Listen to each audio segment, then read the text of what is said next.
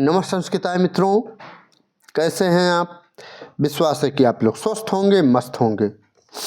मित्रों, आज हम लोग संधि में स्वर संधि के जो अपवाद हैं, कुछ महत्वपूर्ण अपवाद हैं, उसके बारे में इस वीडियो में अध्ययन करने वाले हैं। मैं हूं मनोज पांडे, आप देख रहे हैं मंगलम मंत्रा चैनल।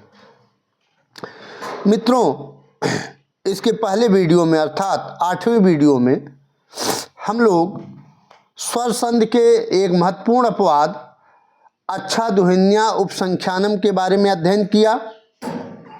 उसमें वार्तिक था अच्छा दुहिन्या उपसंख्यानम, उसमें बताया था, कात्यायन महोदय ने बताया था कि यदि अच्छ के बाद उहिनी शब्द आता है तो गुण संधि ना होकर के वृद्धि संधि हो जाएगा। ठीक है, क्योंकि उससे क्या बनेगा, अच्छौहिणी शब्द आपने देखा होगा। अच्छौहिणी यह गुण संधि का अपवाद है, अर्थात वृद्धि संधि है। ठीक है, क्योंकि अच्छ में अच्छ के अंतिम वर्ण क्या है, अ है, और उहनी का उ है, तो अ और प्लस उ तो ओ होना चाहिए था, अर्थात गुण होना चाहिए था। गुण ना हो करके वृद्धि हुआ किस वार्तिक से, अच्छा दुहिन्या उपसंख्यानम से। ठीक है, आज हम लोग मित्रों प्रादुहोढो ढई सविशेष के बारे में, वार्तिक के बारे में अध्ययन करेंगे। यह क्या करता है इसके बारे में देखेंगे, इसके नियमों के बारे में देखेंगे, इसके उदाहरण को भी हम लोग देखेंगे। ठीक है, तो आइए देखते हैं। मित्रों, ये जो वार्तिक मैं आपको पढ़ा रहा हूं, इस वार्तिक से वास्तव में मानिए कई प्रश्न परीक्षाओं में आते रहते हैं। क्यों? क्योंकि बच्चे इससे बहुत ज़्यादा परेशान हो जाते हैं। ए प्लस उ देखते हैं तो ओ लगा देते हैं, अर्थात गुण संधि कर देते हैं और होता है वृद्धि। ठीक है, तो इससे बहुत प्रश्न बच्चों के ऐसे वार्तिक से गलत होता है। तो प्रत्येक इस स्वर संधि का आज हम लोग अपवाद में हम लोग क्या देखेंगे, प्रादुहोढो ढई सई शेष का, अर्थात जो वार्तिक है उसके बारे में हम लोग इस वीडियो में अध्ययन करने वाले हैं। मैं हूं मनोज पांडे, आप देख रहे हैं मंगलम मंत्रा चैनल। इसके पहले वाली मित्रों अगर वीडियो नहीं देखे हैं तो इस वीडियो की डिस्क्रिप्शन में उसका लिंक दे दिया गया है, वहां जाकर के अच्छा दुहिन्या उपसंख्यानम जो वार्तिक है उसको, वह वीडियो भी देख सकते हैं और परीक्षाओं में अच्छा नंबर गेन कर सकते हैं। ठीक है, आइए देखते हैं। ये नया वार्तिक है जिसको किसने लिखा है, वार्तिक कार्य। अच्छा, एक चीज और, वार्तिक कार्य किसे कहते हैं, तो वार्तिक कार्य कात्यायन को कहते हैं। ठीक है, वार्तिक कार्य किसे कहते हैं, कात्यायन को कहते हैं। और सूत्रकार किसे कहते हैं, आप लोग कमेंट में बताइए। ठीक है, आज हम लोग प्रादुहोढो ढई सविशेष के बारे में अध्ययन करेंगे, इस वार्तिक के बारे में देखेंगे। तो ये वार्तिक क्या कहता है, कात्यायन महोदय ने यह आवश्यकता क्यों पड़ी यह वार्तिक लिखने की, इसलिए क्योंकि पहले इसको हम लोग नियम देख लेते हैं, उसके बाद बताते हैं। ठीक है, यह वार्तिक कहता है प्रय उपसर्ग के बाद यदि ऊह, ऊढ़, ऊढ़, एस या एस पद आए तो पूर्व और पर, पूर्व पहले और पर मतलब बाद में, पूर्व और पर दोनों के स्थान पर, पूर्व और पर दोनों के स्थान पर वृद्धि संज्ञक वर्ण आदेश होगा। तो वृद्धि संज्ञक वर्ण कौन कौन से होते हैं आप जानते हैं, कौन कौन, आ, आई और औ का नाम ही वृद्धि है। ठीक है, तो यहाँ जो उदाहरण दिया इन्होंने, प्रधन ऊढ़, प्रधन ऊह, पहला उदाहरण इन्होंने दिया प्रधन ऊह। तो प्र में मित्रों जो प्र दिया इन्होंने, सॉरी एक मिनट, बताते हैं, अच्छी तरह से आपको समझा देते हैं। जो यहाँ प्र है ये क्या है, ये उपसर्ग है। क्या है, ये उपसर्ग है।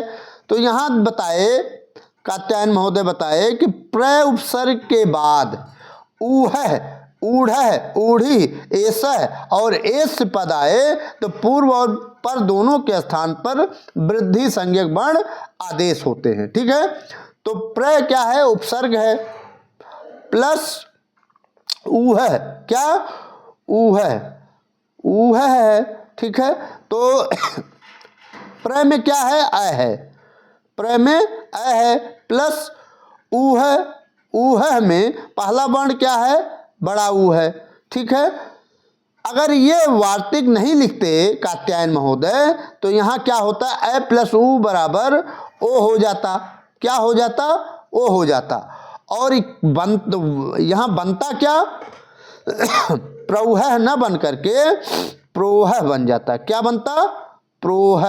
ठीक है, और प्रोह में संस्कृत में प्रोह शब्द का कोई अर्थ नहीं है, होता है। ठीक है, ये प्रोह बनता क्यों, क्योंकि अ प्लस ऊ ओ होकर के गुण संधि हो जाता, प्रोह बनता। ठीक है, और प्रोह में संस्कृत, प्रोह शब्द का संस्कृत में कोई अर्थ नहीं होता है। ठीक है, इसलिए कात्यायन महोदय ने जब देखा कि ये गलत हो रहे थे तो उन्होंने इसी सूत्र यह वार्तिक लिखा। ठीक है, जिसमें बताया गया कि प्र उपसर्ग क्या चाहिए, प्र चाहिए, पूर्व में क्या चाहिए, प्र चाहिए, और बाद में क्या चाहिए, चाहे ऊह है आवे या ऊढ़ है आवे या ऊढ़ी है आवे या एस है आवे या एस से आवे, यही 5 शब्द आपको चाहिए, इसके अलावा कुछ नहीं। ये 5 शब्द को कात्यायन ने बांध दिया कि अगर ऊह आता है तो औ में चेंज हो जाएगा। ठीक है, तो यहाँ प्र धन ऊह आया है तो प्र धन औ बना। क्यों, प्र में अ है, क्या है, और यहाँ ऊह, ऊह में जो पहला वर्ण है वह बड़ा ऊ है। ठीक है, तो बड़ा ऊ, तो अ प्लस ऊ बराबर यहाँ औ हो जाएगा। ठीक है, इस वार्तिक से तो यहाँ क्या बन जाएगा, प्रौह। तो प्रौह का क्या अर्थ बना, उत्तम अर्थ करने वाला। प्रौह क्या क्या अर्थ होगा, उत्तम अर्थ करने वाला। आप समझे अंतर, क्यों यह वार्तिक लिखने का मतलब हुआ, इसलिए क्योंकि प्रोह बन रहा था। क्या बन रहा था, प्रोह बन रहा था, और संस्कृत में प्रोह शब्द का कोई अर्थ नहीं हो रहा था। इसलिए सही गलत को सही करने के लिए कात्यायन महोदय को प्राडु हो ढो ढई सही शेषु ये वार्तिक लिखना पड़ा। ठीक है, इतना अच्छे तरह से समझ आ गया आपको। ठीक है, इसका और उदाहरण देखते हैं, 5 उदाहरण इसके हैं। ठीक है, फिर यहाँ दिया, दूसरा दिया इन्होंने प्रधन ऊढ़, ऊढ़। ठीक है, तो यहाँ प्र क्या है, उपसर्ग है, और ऊढ़ है। ठीक है, ऊढ़ है, ऊढ़ है, तो प्र में अ है प्लस ऊढ़ में बड़ा ऊ। ठीक है, तो यहाँ अगर ये वार्तिक नहीं लिखते तो यहाँ भी अ प्लस ऊ बराबर ओ बनता, और क्या बन जाता, ओ होता, और गुण संधि हो करके क्या बन जाता, प्रोढ़ बन जाता। क्या बन जाता, प्रोढ़। ठीक है, क्या बन जाता, प्रोढ़ बन जाता, और यह संस्कृत की दृष्टि से गलत हो जाता। ठीक है, इसलिए कात्यायन महोदय ने वार्तिक लिख करके प्र धन ऊढ़,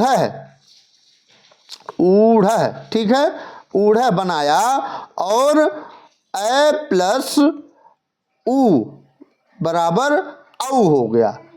क्या हो गया, औ में यह बदल दिया गया, तो क्या बना, प्रौढ़। क्या बना मित्रों, प्रौढ़। ये अर्थ प्रौढ़ बन गया। ठीक है, प्रौढ़ परिपक्व। प्रौढ़ का क्या अर्थ है? परिपक्व होना, ठीक है। प्रौढ़ का क्या अर्थ है? परिपक्व होना, ठीक है। तो यहाँ प्रौढ़ बन गया, ठीक। फिर तीसरा यहाँ इन्होंने दिया उदाहरण प्रधन ऊढ़ी। प्रधन ऊढ़ी, तो प्र में अ है और ऊढ़ी, ठीक है। तो यहाँ प्र और ढी, तो यहाँ प्र अ प्लस उ बराबर औ, तो प्रौढ़ी बना। क्या बना? प्रौढ़ी बन गया। परिपक्वता या प्रौढ़ता। प्रौढ़ी मतलब परिपक्वता या प्रौढ़ता होता है, ठीक है। उपर्युक्त उदाहरणों में गुण संधि हो रही थी। क्या हो रहा था? गुण संधि हो रही थी। कैसे? क्योंकि यहाँ प्रधन, एक मिनट, तो यहाँ जो हो रहा था, अगर करते प्रधन ऊढ़ बन रहा था, तो प्र में अ है तो अ प्लस बड़ा ऊ, ठीक है। तो बराबर अ प्लस ऊ बराबर ओ बन रहा था। तो ओ क्या है? गुण है, तो गुण संधि हो रही थी। तो किंतु यहाँ गुण को क्या कर दिया गया? बांध कर वृद्धि हो रही है। क्या हो रहा था? वृद्धि, ठीक है। फिर आइए देखते हैं चौथा, प्रधन एसह। प्रधन एसह, तो प्र प्लस एसह, तो क्या हो गया? प्र में अ है प्लस ए है, ठीक है। तो यहाँ भी क्या बन रहा था? अ प्लस ए क्या बन जा रहा था? आई बन रहा था, तो ठीक है। ये यहाँ भी बन जाता, प्रेसह बनता। क्या बनता? प्रेसह बनता, ठीक है। यहाँ प्रेसह बनता, यह भी गलत हो जाता, इसका कोई अर्थ नहीं निकल पाता। इसलिए प्रधन ए को उन्होंने ये वार्तिक लिख करके अ प्लस ए तो आई में चेंज कर दिया, ठीक है। किस में चेंज कर दिया? आई में चेंज कर दिया, और तब हो गया क्या? प्रैसह। प्रैसह मतलब प्रेरणा, ठीक है। प्रैसह मतलब प्रेरणा, ठीक है। फिर पांचवा इन्होंने दिया प्रधन एस्य। प्रधन एस्य, तो प्र में अ है और एस्य का ए, तो क्या बन गया? प्रैसह बन गया। प्रैसह प्रेरणीय या सेवक। प्रैसह क्या क्या अर्थ है? प्रेरणीय या सेवक, ठीक है। प्रेरणीय या सेवक। अब इसके बारे में थोड़ा सा जानकारी ले लीजिए। यहाँ कह रहा है कि इन दोनों उदाहरणों में वृद्धि संधि तो हो रही थी। क्या हो रही थी? वृद्धि संधि हो रहा था, मैंने समझाया, ठीक है। किंतु एंग पररूपम सूत्र से पररूप भी हो रहा था। यदि पररूप हो जाता तो प्रेसह और प्रेस्य ऐसे अशुद्ध शब्द बन जाते, ठीक है। तो यहाँ ये दोनों जो हैं, चौथा और पांचवा, ये किसके अपवाद हैं? ये दोनों पररूप संधि के अपवाद हैं, ये और ये, अर्थात प्रैसह और प्रैस्यः, ये पररूप संधि के अपवाद हैं। और जो इधर देखेंगे, ये इधर प्रौढ़ है, प्रौढ़ी और प्रौढ़, ये किसके अपवाद हैं? गुण संधि के अपवाद हैं, ठीक है। इतना समझ गए? तो मित्रों, आज इतना ही। विश्वास है कि आपको अच्छा लगा होगा। अगर अच्छा लगा है तो इस वीडियो को सब्सक्राइब कर दीजिएगा। चैनल को सब्सक्राइब करते हुए अन्य विद्यार्थियों तक भी भेजिएगा, ताकि इस वार्तिक को अच्छी तरह से पढ़ सकें, समझ सकें, और जो भी बच्चे कहीं गलतियां कर देते हैं वो इसको सुधार सकें इस वीडियो से, ठीक है। तो आज इतना ही मित्रों। अगली वीडियो तक मुझे आज्ञा दीजिए। दीजिए। नमः संस्कृताय, वंदे मातरम।